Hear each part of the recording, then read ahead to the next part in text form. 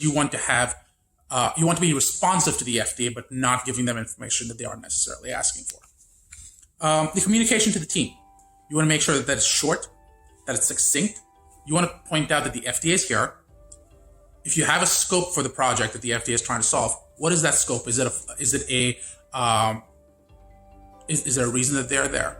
This is the Darshan Talks podcast, regulatory guy, irregular podcast with host Darshan Kulkarni. You can find the show on Twitter at Darshan Talks or the show's website at darshantalks.com. We want to stress that you want to cooperate, but it does not require that you volunteer information.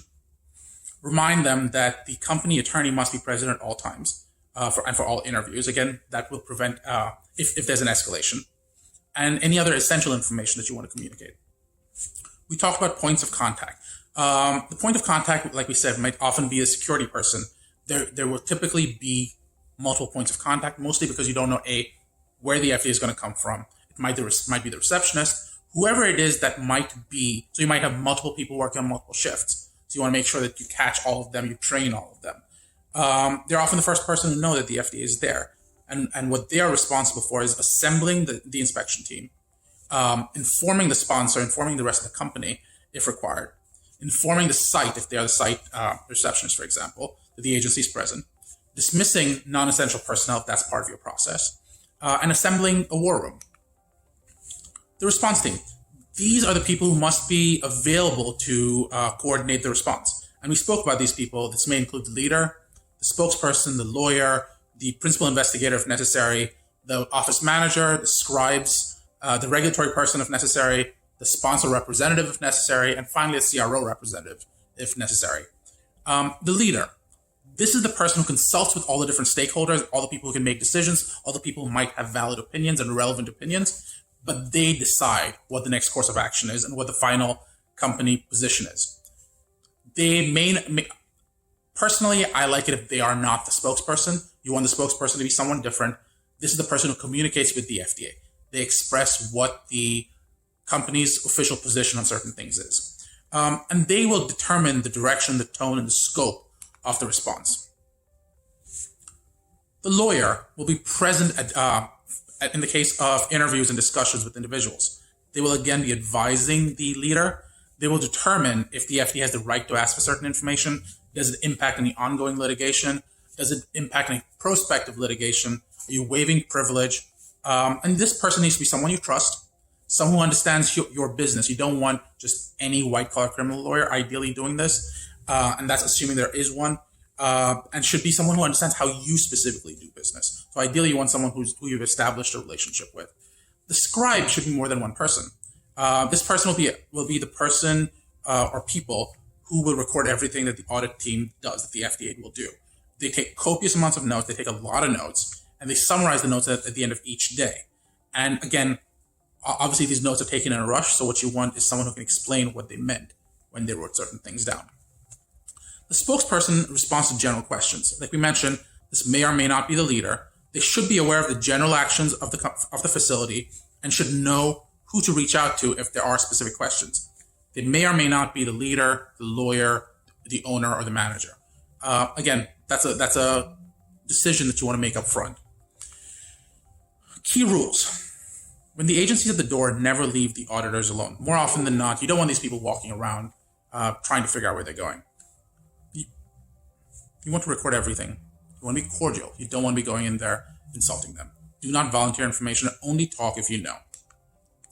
The inspection of the guard. The guard will check IDs. They'll record the entry. Get business cards if appropriate. Contact the point of contact. If they are not the point of contact, escort them to the audit room. The point of contact, again, they may or may not be the guard, but they will assemble the response team, so they'll inform the right people. They'll inform the site the agency is present. They'll dismiss non-essential personnel if necessary and assemble the war room. The spokesperson identifies themselves to the audit team. They determine the reason or the scope of the audit. Is it a for cause or a not for cause? They'll ask the FDA team to sign any confidential information if necessary. Again, if it's the FDA, they don't typically sign that stuff. They'll respond to general questions. They'll consult with the leader, and they'll negotiate expectations with the audit team. So what should you likely not do? You shouldn't be abusing the FDA. You should not assert that they don't have credibility. You should not be asserting that they don't have the technical expertise. They aren't competent in what they do. Each of those will be deemed to be a problem. And post-inspection, what you want to start thinking about is how is this going to be managed?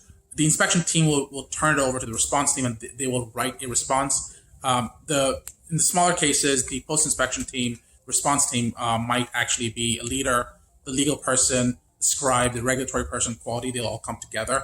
On the other hand, for larger companies, you might have an additional media response team because they may need to communicate because of SEC requirements and for publicity management.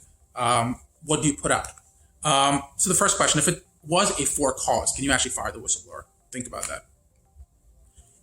Yes, you cannot fire the whistleblower.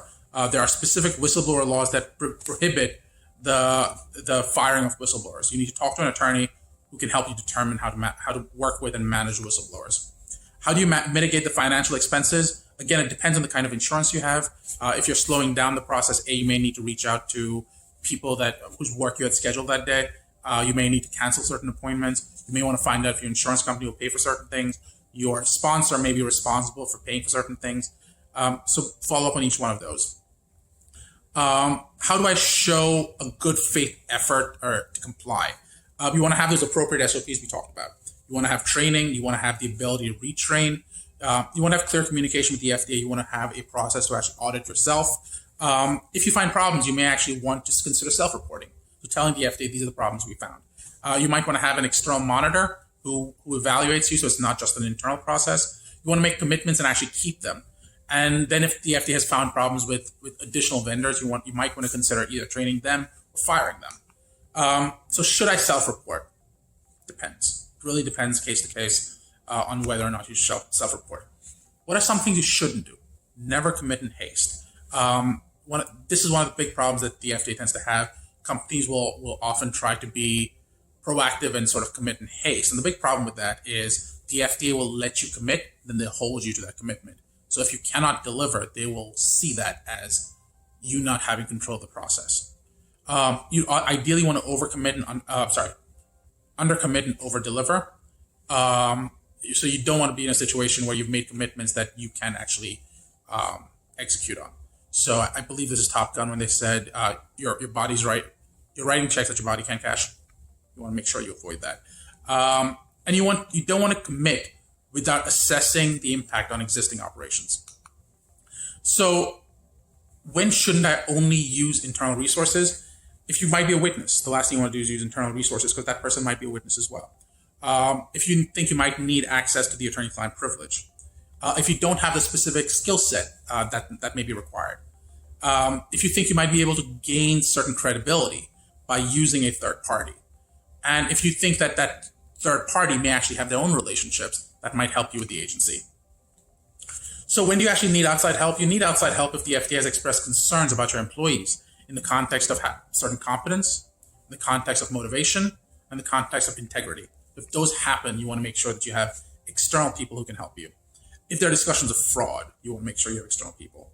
If there are discussions of criminal actions, you may want to have external assistance.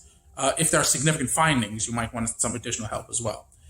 If you have this gut feeling, if you will, that there might be an escalation, again, make sure you have advice. You want to be proactive and you want to address problems before they come. Get that additional help.